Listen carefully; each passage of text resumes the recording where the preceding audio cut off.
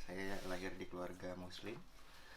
Kemudian sebenarnya bukan apa ya, bukan yang keluarga yang terlalu taat, bukan keluarga yang terlalu religius, tapi lebih Islam. Tapi kalau di Indonesia itu ada istilahnya Islam KTP, jadi semacam is on the ID gitu, sekuler.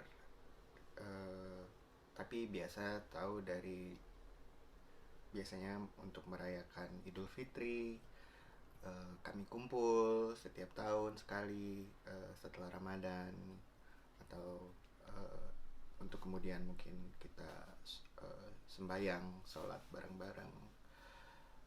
Itu dari masih sangat kecil, tapi usia mungkin mulai usia SD, sekolah dasar, karena saya sekolah di sekolah swasta, bukan sekolah publik, dan juga bukan sekolah yang berfokus Islam. Jadi kita kan di Indonesia tuh punya banyak SD Islam ya, tapi ini bukan sekolah Islam. Orang tua saya kemudian memutuskan untuk saya dan kakak saya, kami dua bersaudara, untuk ikut kursus semacam les begitu, les mengaji. Uh, itu sejak masuk SD, mungkin usia 6 7 begitu, sampai mau SMA, jadi hampir 6 tahun. Itu setiap 2 minggu sekali ada satu guru datang ke rumah untuk mengajar, membaca Al-Quran. Kemudian juga bukan hanya itu, tapi kemudian belajar artinya, belajar maknanya, kemudian belajar soal akidah. Kalau di bahasa di Islam tuh ada soal hukum-hukum Islam, soal banyak sekali yang terkait dengan Islam sebenarnya. Jadi yang menarik buat saya waktu itu, uh, walaupun saya mengaji dan banyak membaca teks Islam, itu tidak membuat saya jadi lebih spiritual atau religius gitu. Tapi justru saya tertarik melihat itu sebagai subjek studi, sebagai kajian gitu, sebagai pengetahuan, sebagai sejarah. uh, dan ya, dari situ saya juga belajar. Ya, saya sebenarnya punya cukup pengetahuan yang luas tentang agama, tapi ironisnya tidak membuat saya menjadi orang yang uh, apa ya uh, patuh pada agama semacam itu. Tadi yang seperti saya bilang, itu jadi bukan buat saya pribadi, dia bukan satu kepercayaan, bukan satu, tapi dia pengetahuan, sejarah, cerita begitu, kajian. Dan buat banyak orang itu hal yang penting, karena dia memberikan semacam kekuatan spiritual, juga memberikan semacam guiding principle gitu, semacam prinsip-prinsip untuk menjalankan hidup, dan semacam juga memberikan harapan tentang what will come after gitu, the afterlife, setelah kita tidak di dunia.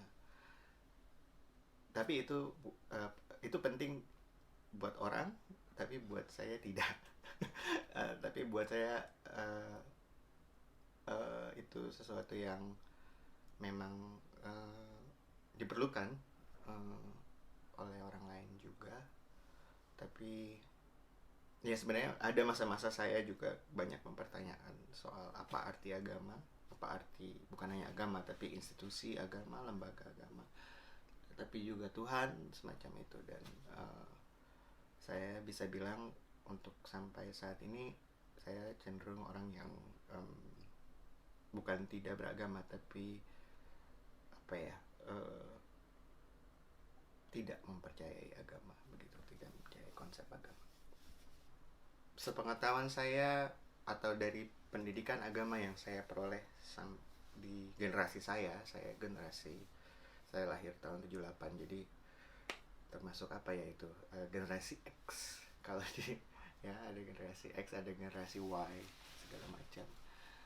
Ada milenial, tapi di zaman saya itu pendidikan agama masih terlalu terfokus kepada eh, kesejahteraan eh, in the afterlife, di akhirat gitu. Jadi eh, sebenarnya prinsip-prinsip demokrasi, cara cara apa ya, eh, tentang hak asasi itu juga sangat diajarkan di Islam, atau di pendidikan yang saya dapatkan melalui Islam. Tapi emphasize-nya, penekanannya selalu lebih kepada bagaimana kita melakukan sesuatu di dunia for the sake of the afterlife gitu.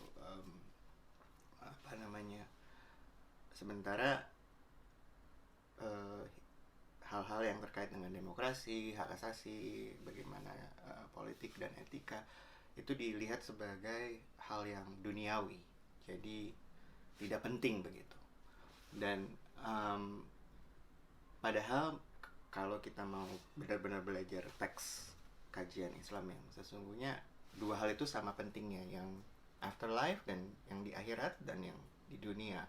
Karena hubungan antar manusia itu juga sama pentingnya dengan hubungan manusia dengan Tuhan kalau kalau di Islam.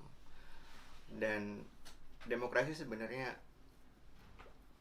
punya peluang untuk diajarkan dalam pendidikan agama Islam, tapi lagi-lagi yang dominan pola pengajaran pendidikan itu hanya terpaku pada the afterlife, dan sehingga ya hal-hal nilai-nilai demokrasi dan tentang hak asasi, tentang lingkungan itu juga jadi sesuatu yang nomor dua, dan ya, dan tidak terlalu penting. Kalau lagi-lagi saya bicara generasi ya, di masa saya itu kami belum punya namanya pendidikan sekarang. Kalau sekarang namanya pendidikan kewarganegaraan, jadi citizenship education. Tapi mungkin sekitar 5 tahun atau 7 tahun yang lalu itu namanya pendidikan Pancasila dan kewarganegaraan, jadi PPKN. Saya datang dari generasi yang namanya masih PMP, itu pendidikan moral Pancasila.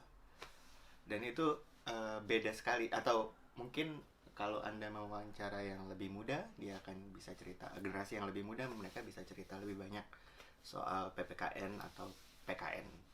Tapi kalau PMP yang saya pelajari itu beda sekali. Jadi yang diajarkan itu sangat dogmatis soal moral Pancasila.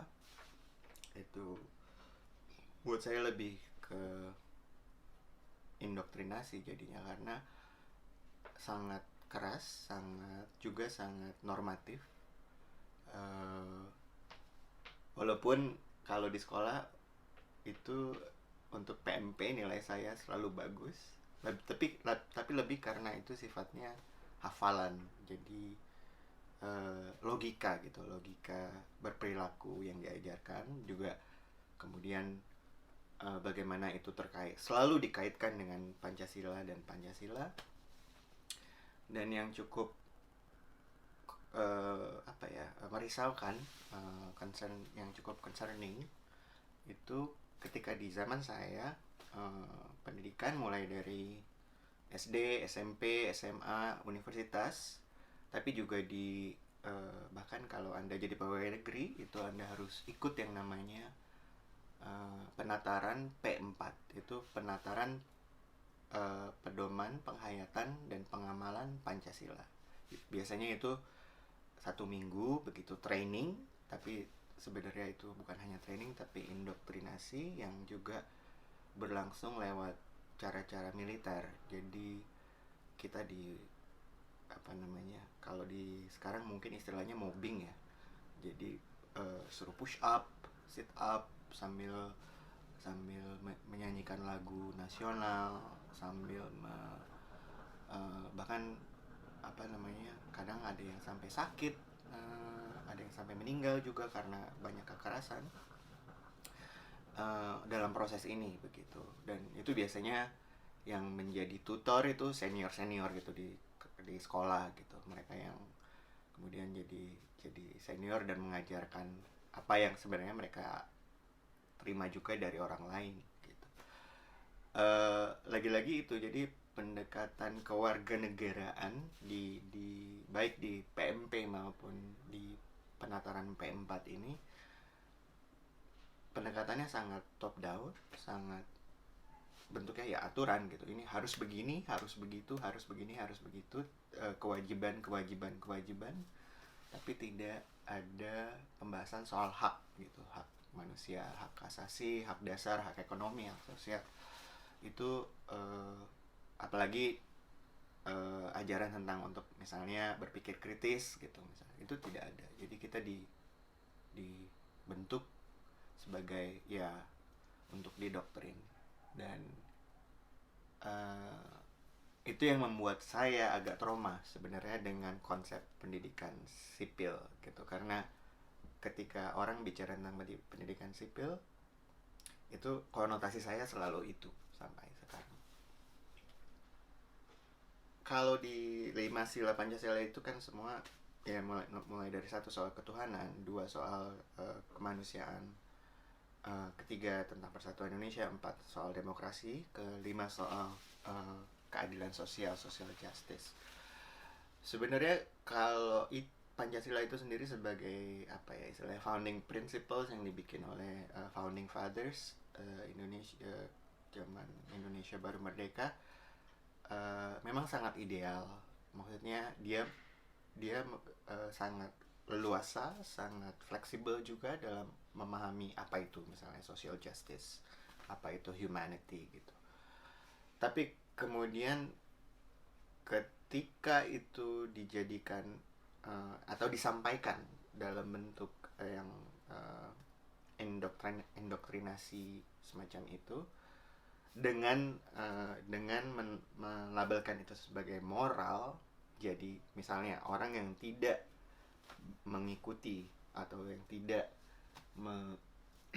mematuhi prinsip-prinsip ini sebagai immoral, itu yang buat saya berbahaya, atau amoral itu berbahaya, karena itu memungkinkan kemudian apa ya semacam ada sanksi, dan sanksinya juga bukan biasa. Kalau dulu zaman saya mungkin sanksinya juga masih sanksi moral, masih mungkin kita dieksklusi, kita dijauhi dari kelompok, atau kita dicap buruk dan diberi stigma buruk dan diskriminasi. Tapi semakin sekarang sejak reformasi, saya kira pelanggaran moral itu juga ternyata berdampak pada apa ya fisik, keancaman, bisa memberikan ancaman fisik, bahkan sampai menimbulkan hukum penjara gitu. Itu bisa jadi alasan orang untuk menyerang dan segala macam. Jadi sebenarnya lagi kata moral itu ada sesuatu yang netral buat saya, seperti juga kata etika. Tapi ketika kemudian itu dijadikan semacam alat atau instrumen kekuasaan, itu yang jadi berbahaya. Dan semua ini mungkin sebagai konteks Orde Baru ya, zaman Orde Baru itu tahun, yaitu saya beranjak dewasa itu sampai SMA saya masih berada di dalam era Orde Baru. Untuk reformasi sendiri saya juga termasuk yang terlibat sebagai, ya waktu itu saya mahasiswa dan aktif juga di jalan, turun demonstrasi. Jadi juga punya ekspektasi dan cita-cita dan harapan yang sama dengan generasi itu. Sebenarnya itu bukan hanya mengakhiri Soeharto dan Orde Baru, tapi kemudian juga mengubah tatanan politik dan sosial di Indonesia gitu kan, yang lebih berkeadilan gitu. Di awal tahun 98, 99 sampai 2000 itu harapan itu semacam ada potensi untuk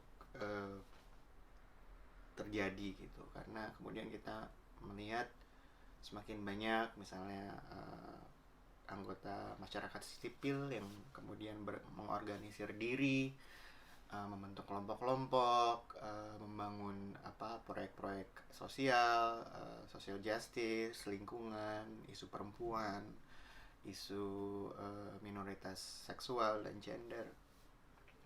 Tapi itu buat saya juga bagian dari jadi ada dua sisi gitu. Di satu sisi kita melihat hal-hal yang semakin mendorong demokratisasi, tapi juga jangan lupa Orde Baru itu bukan hanya merepresi kelompok yang kiri, tapi dia juga merepresi kelompok yang kanan, terutama dari golongan Islam. Dan dari situ, karena kesempatannya terbuka lebar, media sekarang memungkinkan untuk berekspresi, sehingga suara dari kelompok kanan, dari golongan Islamis yang konservatif juga semakin kuat gitu. Dan akhirnya pasca 2000 sampai sekarang, buat saya akhirnya jadi semacam sebagai semacam ujian atau semacam eksperimen tentang apa itu demokrasi di Indonesia sebenarnya. Karena kalau kita mau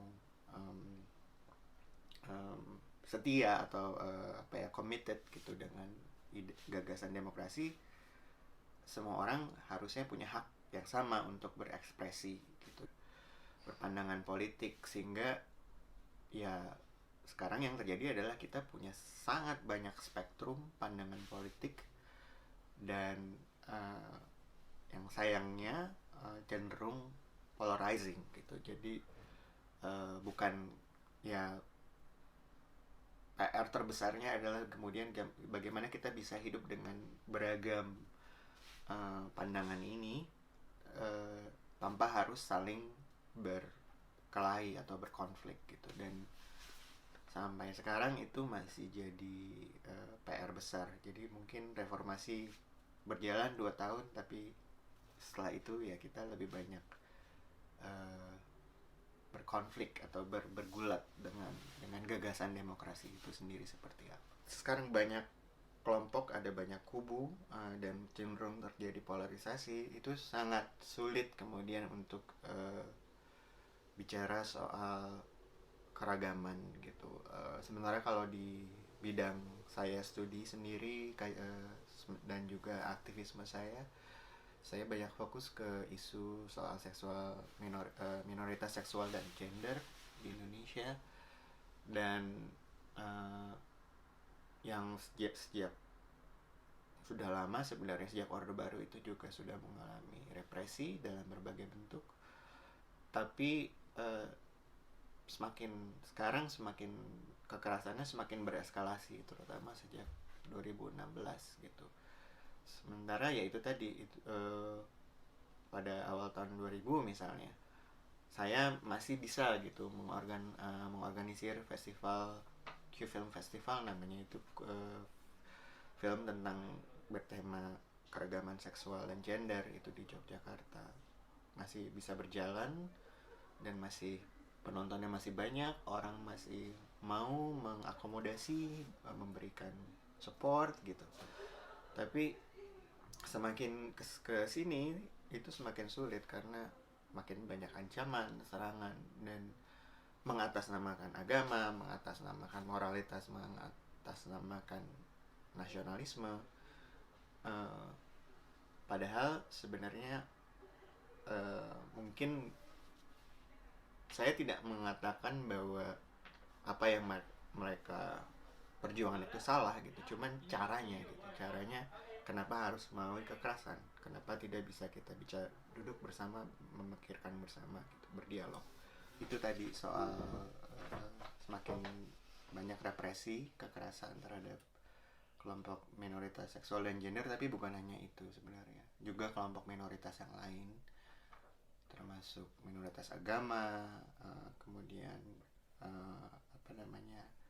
masyarakat adat, indigenous community, kemudian juga dari minoritas Tionghoa, dari mereka-mereka yang punya apa ya, semacam stigma sebagai ex political convict yang terkait dengan komunisme, itu semua sangat keras gitu, sangat kencang di arena publik, yang ya itu yang membuat saya khawatir adalah akhirnya ya kita terbelah, jadi terpecah, dan tidak ada titik temu di konteks menghadapi bahaya polarisasi masyarakat. Saya tadi bekerja sebagai peneliti, juga kadang-kadang aktif juga di lapangan sebagai aktivis. Ya saya berusaha untuk terus melakukan kerja-kerja riset, penulisan, tapi bukan hanya itu sebenarnya, karena pentingnya studi dan penulisan itu juga untuk mendorong supaya orang mau membicarakan itu gitu di publik, untuk memberi masukan terhadap perdebatan-perdebatan yang terjadi gitu, bahwa tidak semuanya itu hitam putih. Kita banyak ya, masyarakat itu kita banyak bergerak di wilayah yang sebenarnya abu-abu gitu, tidak ada yang absolut. Dan bagaimana kemudian kita bisa tetap berbeda, punya pandangan yang berbeda, tapi kemudian tidak lantas masuk ke bereskalasi, masuk ke konflik yang mengandung kekerasan semacam itu. Dan itu cukup berat dilakukan, apalagi saingannya adalah kemudian berbagai simpang siur berita yang tidak benar atau hoax gitu, atau fake news gitu, yang kayak gitu-gitu tetap jadi musuh utama saya dalam bekerja. Ya lebih karena itu, bagaimana menciptakan ruang supaya mereka yang selalu konflik ini bisa duduk bicara bersama dengan setara, tanpa saling patronizing, dan kemudian mencari semacam konsensus gitu, gimana kita bisa tetap hidup bersama meskipun kita punya pandangan politik yang sangat berbeda, kira-kira begitu. Kalau di Indonesia petanya banyak ya, dari mulai kalau kamu bicara khusus aja misalnya pemilihan presiden gitu kan, sekarang kita punya cebong dan apa itu namanya, saya lupa sih, kampret gitu, untuk misalnya sebagai kata hinaan ke satu kelompok yang memilih Jokowi dan yang tidak memilih Jokowi. Kemudian kalau di Islam kita punya Islam Nusantara yang moderat atau yang kanan konservatif gitu, Taliban gitu kelompoknya, dianggap pro Taliban. Di banyak scene atau di banyak medan itu istilahnya beda-beda, tapi sebenarnya pertentangannya itu tadi, hal-hal yang terkait dengan prinsip yang lebih ke kirian atau Marxis, atau lebih kepada social justice, atau ke kelompok yang mendorong untuk kekuatan agama gitu dalam politik. Dan ya itu tadi, karena kadang-kadang juga petanya juga sangat bukan fleksibel tapi sering berubah gitu, seiring dengan perpecahan politik yang terjadi di level elit. Biasanya itu yang juga berpengaruh, ketika di elit juga ada perpecahan, itu biasanya langsung bikin front tersendiri di sekitar elit tersebut. Nanti elitnya berubah, bisa jadi konfigurasi kelompoknya juga berubah gitu. Mungkin itu yang harus diatasi. Itu sebenarnya tadi, yaitu apa sih sebenarnya ini, kenapa begitu kelompok-kelompok itu begitu mudah terbentuk dan saling berbenturan, tapi kemudian nanti juga hilang lagi, nanti muncul lagi yang baru. Faktor apa yang membuat de- demokrasi di Indonesia itu begitu rentan dengan kekerasan begitu. Dan itu kita udah bicara lain, kita bukan hanya bicara politik murni atau politik praktik, tapi kita udah bicara korupsi, kita bicara uh, apa namanya, pertarungan kelas, kita bicara kapitalisme, kita bicara tentang um, hal-hal yang sudah di luar uh, politik praktis, semacam apa namanya, uh, pemilu dan segala macam ya.